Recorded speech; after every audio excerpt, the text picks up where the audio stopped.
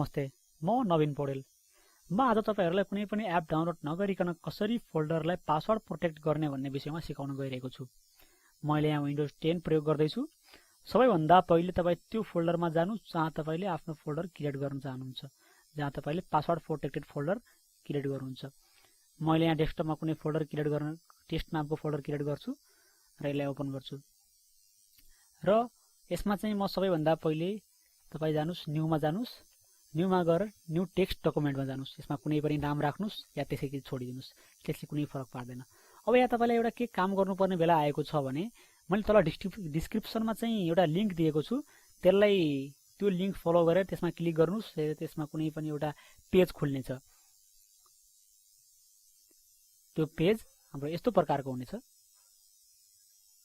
यस्तो पेज हुनेछ। यसलाई चाहिँ यो पेज खुल्नेछ र यसमा चाहिँ तपाईले कपी द कोड भनेछ, यो कोड कपी गर्नुपर्ने हुन्छ। जस्तै यहाँबाट सुरु गर्नुस्, ल यहाँबाट यसरी यसलाई कपी गर्न सुरु गर्नुस्। कपी गरेर यसलाई यहाँसम्म, ल यसरी ल यहाँसम्म यसलाई चाहिँ अब यहाँ कपी गरिदिनुस्। अब यसले तपाईले मिनिमाइज गर्न सक्नुहुन्छ। अब त्यहीलाई चाहिँ यहाँनिर पेस्ट गर्नुपर्ने हुन्छ। यस्तो खुल्यो, यस्तो किसिमको कोड चाहिँ हाम्रो नोटप्याडमा आएछ अहिले।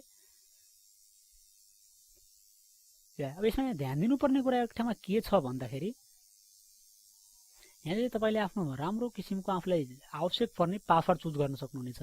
यहाँ योर पासवर्ड हियर भनेर लेखिएको छ। यहाँनिर योर पासवर्ड हियर, यो ठाउँमा चाहिँ तपाईले आफ्नो स्पेस प्रयोग नगरिकिन कुनै पनि पासवर्ड आफ्नो इच्छा लाग्दो र सबैभन्दा सुरक्षित पासवर्ड क्रिएट गर्न सक्नुहुनेछ। जस्तै म अहिले यहाँ कुनै पनि नामको एउटा पासवर्ड विन्डोज 10 भनेर चाहिँ एउटा पासवर्ड राख्दै छु। अब यहाँ मैले पासवर्ड क्रिएट गरिसके। अब हाम्रो पासवर्ड प्रोसेस भनेको यति हुन्छ। सबैभन्दा पहिले तपाई फाइलमा जानुस् र सेभ एजमा जानुस्। अब यहाँ कुनै पनि नाम तपाईले क्रिएट गर्न सक्नुहुन्छ। जस्तै उदाहरणको लागि म अहिले यहाँ माई फोल्डर भनेर लेख्दै छु, माई फोल्डर। यहाँ चाहिँ टाइपमा चाहिँ अल फाइल्समा गर्नु। सबैभन्दा नबिर्सनु पर्ने कुरा के हो भन्दा चाहिँ यहाँ तपाईले .bat भन्ने एक्सटेन्सन नेम चाहिँ दिनुपर्ने हुन्छ। .bat सबैभन्दा याद राख्नु होला, .bat माई फोल्डर .bat। अब यसलाई चाहिँ सेभ गरिदिनुस्। अब यसलाई काट्दिँदा हुन्छ। हाम्रो चाहिँ टेक्स्ट डकुमेन्टलाई डिलिट गरिदिँदा हुन्छ। अब चाहिँ यहाँ देख्न सक्नुहुन्छ माई फोल्डर, जुन तपाईले अघि नाम राख्नु भएको थियो त्यो फोल्डरको एउटा कुनै पनि फाइल खुलेछ। सेटिङ जस्तो चिन्ह देखाइरहेको छ, त्यो फाइल खुलेछ। त्यो भनेको हाम्रो विन्डोज ब्याच फाइल हो। यहाँ हेर्न सक्नुहुन्छ विन्डोज ब्याच फाइल। यो अहिले हामी बुझ्न आवश्यक छैन। काम गरौँ आफ्नो। सबैभन्दा चाहिँ यसलाई डबल क्लिक गर्नुस्। डबल क्लिक गरिसकेपछि हेर्नुस् त यहाँ एउटा प्रोसेस नामक फोल्डर खुलिसकेको छ। प्रोसेस भनेर आछ। त्यही फोल्डर हो जहाँ चाहिँ तपाईले आफ्नो फाइलहरु राख्नुहुन्छ। जस्तै उदाहरणको लागि म चाहिँ अहिले यहाँ आफ्नो पिक्चर्सहरु राख्दिन्छु। यसमा कुनै पनि सुरक्षित फाइलहरु राख्नुहुन्छ, त्यो फाइल चाहिँ सुरक्षित रहन्छ, हिडन रहन्छ, कसैले चाहिँ एक्सेस गर्न सक्दैन। यो कपी गरिदिन्छु म।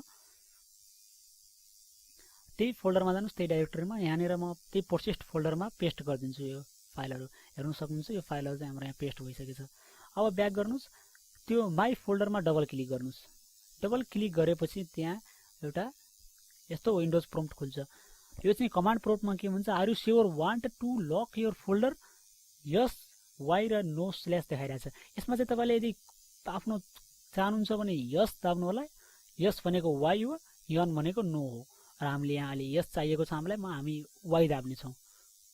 Why दाबेर enter गरिदिनुस्। अब हेर्नुस् त केही सेकेन्ड भित्रमै हाम्रो चाहिँ फोल्डर हिडन भयो। रिफ्रेश गरे पनि हाम्रो त्यही रहन्छ। काटेर फेरि त्यही ठाउँमा जान सक्नुहुन्छ। त्यो चाहिँ हाम्रो सदाबहार हिडनै रहन्छ, सुरक्षित रहन्छ। त्यो चाहिँ हाम्रो हाइड भइसक्यो। अब यसलाई कसरी ब्याकअप फाइल ब्याकअप कसरी गर्ने चाहिँ हामीले फेरि त्यसमा डबल क्लिक गर्नुस्। के भन्छ भन्दा enter the password to unlock the folder. अब यहाँ चाहिँ तपाईले आफ्नो सम्झिनु पर्ने हुन्छ पहिला पासवर्ड के राख्नु भएको थियो। जस्तै मैले यहाँ विन्डोज 10 पासवर्ड राखेको थिएँ। त्यो चाहिँ मैले यहाँ क्लिक गर्छु।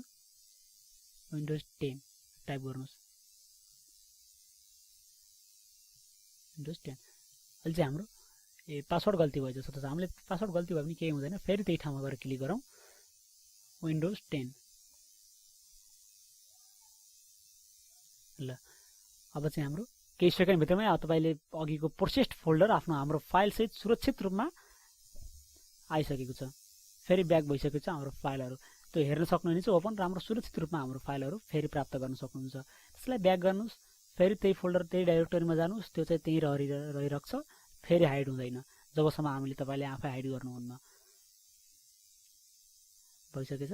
अब यसलाई चाहिँ हामीले फेरि कसरी त्यो फोल्डरलाई अब हाइड गर्ने भन्ने कुरा फेरि यहाँ छ। फेरि त्यसमा माई फोल्डरमा क्लिक गर्नुहोस् र फेरि त्यही अघिकै जस्तै वाइ टाइप गर्नुहोस्। केही सेकेन्डभित्रमै फेरि त्यो हराएर गयो। अब चाहिँ हामीले त्यसलाई गलत पासवर्डबाट पनि एक्सेस गर्न सक्छौँ र यो कुरा पनि त हामीलाई सिक्नु जरुरी हुन्छ, किनभने कोही पनि व्यक्तिहरूले हाम्रो गलत पासवर्ड हालेर एक्सेस गरिदियो भने त हामीलाई त्यो फाइल हिडन गरेको हाइड गरेको कुनै फाइदा भएन।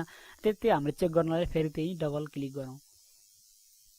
कुनै पनि ल म गलत पासवर्ड जानी नै हान्न चाहन्छु। अघि हामीले विन्डोज 10 हानेका थियौँ, अहिले म विन्डोजको स्पेलिङ जानिकन गल्ती हान्छु। WINDOWS को ठाउँमा WINDWOS हान्न चाहन्छु है। ल म अहिले WINDWS 10 ल म जानी गलत पासवर्ड हानिरहेछु। ल गलत पासवर्ड हान्दा त केही पनि देखाउँदैन, रिस्पोन्स नै दिँदैन, किनभने यो हाम्रो गलत पासवर्ड थियो। यसमा कुनै पनि गलत पासवर्ड हाल्नुहुन्छ जेसुकै टाइप गर्नुहोस् त्यो चाहिँ हाम्रो साइलेन्ट नै रहन्छ, रिस्पोन्स दिँदैन। यसको मतलब त्यो गलत पासवर्डबाट खुल्दैन। जब कुनै पनि गल्तीले हामीले या जानेरै होस् या गल्तीले हामीले गलत पासवर्ड राख्यौँ भने त्यो साइलेन्ट देखाउँछ। त्यसलाई फेरि डबल क्लिक गर्नुहोस्, त्यही ठाउँमा जानुहोस्, त्यहाँबाट चाहिँ हामीले अब सही पासवर्ड हालौँ विन्डोज 10। ल यो गर्दाखेरि चाहिँ हाम्रो जस्ताको तस्तै सुरक्षित फाइलहरू आउँछ। हेर्न सक्नुहुन्छ तपाईको फाइलहरू जस्ताको तस्तै एकदम सुरक्षित रूपमा प्राप्त भइसकेछ। फेरि यसरी चाहिँ तपाईले आफ्नो फोल्डर चाहिँ लक गर्ने खोल्ने गर्न सक्नुहुन्छ। आफ्नो फाइलहरू हिडन राख्न सक्नुहुन्छ, सुरक्षित त्यही तरिकाले हिडन गरिदिनुस्। यो चाहिँ हाम्रो कम्प्लिटली रूपमा चाहिँ तपाईले थाहा पाइसक्नु भएको छ अब कि कसरी हामीले फोल्डर लक गर्ने र कसरी फेरि त्यसलाई पुनः अनलक गर्ने। त्यसैले हाम्रो भिडियो लाइक गर्नुस्, मन परेमा शेयर गर्नुस्, सब्स्क्राइब गर्न नभुल्नु होला, किनभने हाम्रो यस्तै किसिमको फाइलहरू चाहिँ हाम्रो आइरहेको छ। ल हस्त, धन्यवाद।